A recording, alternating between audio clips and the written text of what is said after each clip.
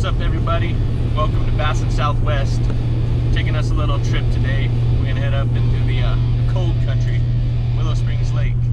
I've never been there this late in the year. It's late October. I'm hoping we can get in on this last-minute feeding frenzy before winter time. I think the high today is expected to be 50 maybe, so in for a little chilly day, but we'll see if we can't catch some of them giant smallmouth and even largemouth. Get them up for you guys, so stay tuned. Ooh, yeah, so that didn't happen. There was no late fall feeding frenzy? Yeah, there was no late fall feeding frenzy for me. We spent about 5 hours.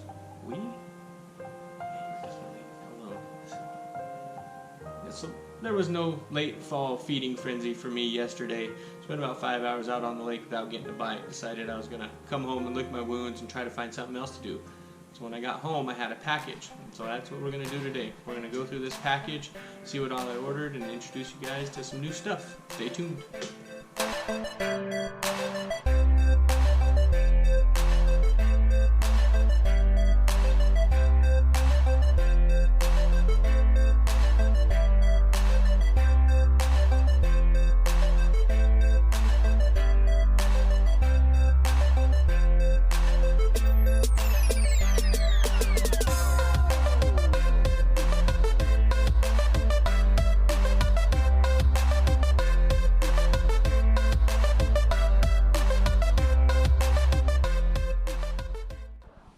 Okay guys, as you can tell, I just got a new shipment of jigs from Moccasin Lures. A little backstory with myself and Moccasin Lures is I joined National Pro Staff Fishing a couple of weeks ago to see what kind of sponsor opportunities there were out there, and I ran across Moccasin Lures.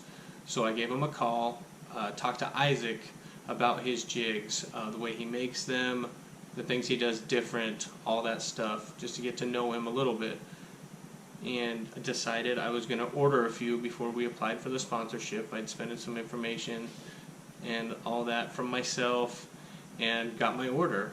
So there's 5 different things he offers. There's a finesse jig, a football jig, a flipping jig, a swim jig, and a bed head, which is a shaky head jig. I ordered a little bit of all of them, and I'm going to put them all through the ringers and hopefully be able to continue on a relationship with Moccasin Lures. So to get started, I think we're going to start with the finesse jig and we'll work up from there. So here's the finesse jig. Very good looking, very small, very compact, just everything you'd want out of a finesse jig.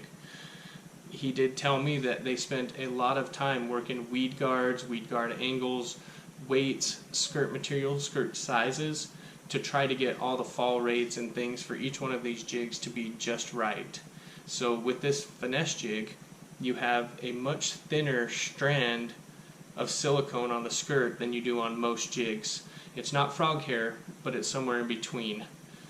Another thing he's done with all of his jigs is he's put a big hook in there. These are all Mustad, big fat wire hooks, so that you don't have to worry about bending out hooks and losing jig fish and having them flex on you. So this is a very good looking color, very natural. All of his colors are very natural and very easy. Black, brown, green, shad, bluegill. He covers all the bases on there and doesn't bombard you with a lot of different colors you have to try to choose from. So another cool thing about this jig is the flat bottom, which will make it stand up in the water like this, like a craw in that defensive position. So really impressed by those so far. They come in a 3/16 and a 5/16 size. So moving on, the football jig. Again, very well done, a very good color, kind of a brownish orange color, a very fat hook in there. Okay, as you can see here, I've got it paired up with a Berkeley rocket craw with a little bit of orange in it, and it looks fantastic. So again, weed guards, you can tell on every one of these jigs, the weed guards feel different. There's a little bit of a different feel to each one, and that's fiber size, overall amount of fibers, the diameter, all those things have been considered when building this jig. Another cool thing about these jigs, the little rattle chambers. Okay, but they're not stuck to the jig to rattle. They get to flare and move around and add a little bit of action, which I think is really cool as well. So his football jigs come in a 1/2 ounce, 3/4 ounce size, and so far again, really impressed. The paint jobs, I forgot to mention the paint jobs. He said they put extra layers of clear on them to make them more durable, and then they let them air dry so that way they're a little more durable in the long run instead of UV cured, which makes them kind of brittle and that stuff starts to chip off. So overall, these are some amazing looking jigs. I'll run you through the next couple and you guys can check them out. So here's the Arky style. This is the flipping jig. You can tell he's modified all of these to be his own style.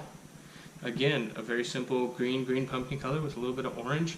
I got another rocket craw on there, just green pumpkin. I mean, that is bluegill crawdad all day. You can flip this one color, and if you're not getting bit, they're just not eating the jig that day. So again, fat wire hook. Oh, you can fish these jigs on heavy gear, heavy rods, heavy line, and you don't have to worry about that hook bending out. So again, really good color. This one is my favorite and hopefully comes into play on a trip I've got to Roosevelt here in a couple of weeks, and that's his swim jig. You can see that thing just looks amazing. His swim jig head, I really like, as you look at it, it's got a lot of weight towards the bottom, so that'll help keep this thing keeled as it runs through. And I've actually experienced with this kind of flat, it adds a little side rock. And Tactical Bassin, if you watch them, that's a huge deal when it comes to swim jig fishing or chatterbait fishing. You want that also, that secondary motion, that side to side. So to have that built in already is really nice. I just paired it up with a Bass Pro Shop Speed Shad, the shad color, and I mean that looks amazing. It's an amazing looking swim jig. Can't wait to get it out and throw it. Again, these weed guards, every single one of them feels different. So I'm super excited to see how they pan out. And last, where'd I put it? Oh, the bed head. And this is just a shaky head with a screw lock with a rattle chamber built in. So as you're shaking that on a bed, it's making noise and all kinds of commotion and really agitating that fish. I like it a lot. I got just a rage craw in here for now. I wanted to show you guys that even with a fat craw body like this, there's still a pretty good gap here and a lot of length on that hook to still be able to get a hook in the fish. So normally I would throw some sort of worm, just a straight tail worm or something like that when I'm bed fishing like that, but you could use something else, crawdad, little swim bait. One thing I like about this keeper is it's not stuck in the lead. See, I can move this all around, so when it comes to putting the bait on, I'm not stuck right here trying to fight this hook point. I can move it to the side and just thread it on there. Nice and easy. Out away from the hook, good. And then I can come back to the hook and, well, maybe put it through. And put it through, just like so. And you're ready to go. So overall, I'm super impressed by the quality of all these things. I'm sure there's a couple of things I've missed, so if you guys have any questions about them, sizes, hook sizes, any of that stuff that you might care about, shoot me a comment and I will get with Isaac and we'll see if we can't figure out an answer for you and see what we can do. We're going to take these out today, I think. I'm going to head over to Clear Creek and I'm going to throw them around and we're going to see how they act. We're going to see how the swim jigs swim. We're going to see how the finesse jig feels and see if we can't get a few bites. It's super cold today again, but I think we'll be able to catch a fish over there today. All right, guys, we've made it out here to Clear Creek. I sat down and got all rigged up with my moccasin jigs. I rigged up 4 rods today. We're gonna go see if we can't catch a few fish on these new jigs. Rod 1, we put the finesse jig, a little small package, just like that. Throwing it on a 7-foot medium heavy Veritas rod on 17-pound fluorocarbon 7.3-1 Abu Garcia Revo X reel in the 5/16 size. Jig number 2, swim jig. Nice bluegill imitator there, chartreuse the tail up. I'm throwing this on a 6'6" medium heavy fast action rod with a 6:4-1 gear ratio. Anytime I'm reeling, I use a slower reel like the 6:4-1 anytime I'm working the bait with my rod and not the real 7.3-1. That size is the 1/4 ounce size. We've got a lot of vegetation here that's still kind of grown up. I want to be able to work it over it, but slowly. football jig. There we go, that kind of orange color I really like. Super excited about this one. I think it's going to do well. This is a 7'3" medium heavy Veritas rod, 17 pound fluorocarbon, and again a 7.3-to-1 Revo X. And lastly, in case it's tough, which it may be, we got the bed head out with a little shaky head worm on it. That's a Berkeley bottom hopper, watermelon red, 1/4 ounce size here. Got this on my 7-foot medium light spinning rod with 15 pound braid to 8 pound fluorocarbon, just in case we have to get finessey. So I'm going to go put these through the ringer, see if we can't catch a few fish on them. See you guys in a little bit. Alright guys, so the first one I'm throwing here is the swim jig, and I'm impressed by how this thing comes through the water. I don't know if you're going to be able to see that, but it tracks nice and true. That little boot tail kicks it, gets a good side-to-side shimmy like that. So big fan of it so far. Again, this is a 1/4 ounce size, so I can reel it a little slower but keep it up in the water column. I'll get back to you as soon as I get one on the line. Alright guys, so let's switch it up here. I've thrown out the finesse jig. Just want to kind of give you an idea of what I'm doing here at Clear Creek. This is a big time bluff wall lake, as you can see. But on a lot of these spots, there's rocks that have fallen in, you know, boulders underneath the water and stuff, and that's where these fish like to live. Today, the water is 2 degrees colder than when I was here last. We're up to 52 degrees now. And what I'm trying to do here is find some rocks that'll be nice and hot from the sunshine, but also have little shade pockets. Like over here, there's a little V. And on these lakes, this is the kind of spot you want to fish. You want to throw it right into the heart of that V. If you miss it by a foot, you may as well miss it by a mile. You know, you got to get it right in there on top of them to get them to eat it, especially right now when it's cold. We just had a big cold front blow through, so I'm probably going to have to hit these fish square on the head with it. And that's the kind of stuff I'm looking for. Warm rocks. I'm close to deep water, even though right up there it's only a few inches. I'm at 20 feet, even this close to the bank. So hopefully we can get some going here in just a second. I'll be back with you guys in a few. You know, guys, another tip for the bluff walls like this: as you're fishing, throw something that sinks a little bit slower, so it slowly coasts by all these little nooks and crannies that are going to be underwater that a fish could be backed up in. That slow fall is pretty tantalizing. I usually go with as least weight as possible.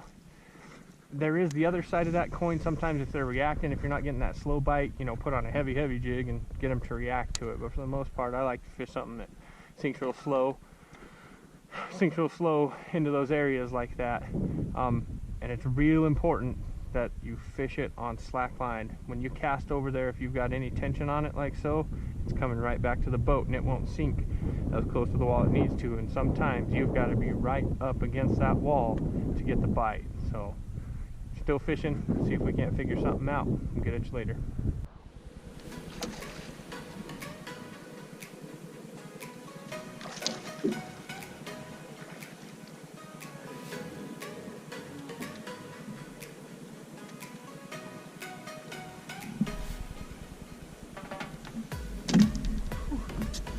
Not quite as big as the last, but still fun fish.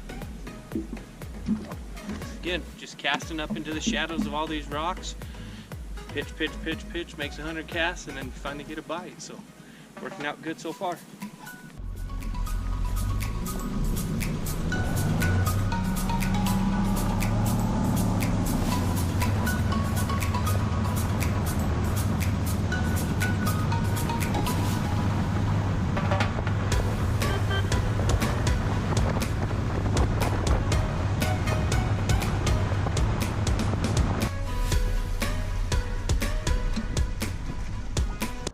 I just want to finish this video out by saying, sponsorship or no sponsorship, Moccasin Lures makes a quality jig. Their paint is amazing. I bounced it off rocks all day long, casting and dragging it across the bottom. I never had any paint come off of my jig. The hooks are premium mustad hooks. Their skirt colors are beautiful fish catchers. So you're going to pay about the same price as you would for any name brand jig, but I think you get a little more quality out of it than most. So give them a shot. And with that, I'll see you guys in my next video. Take care.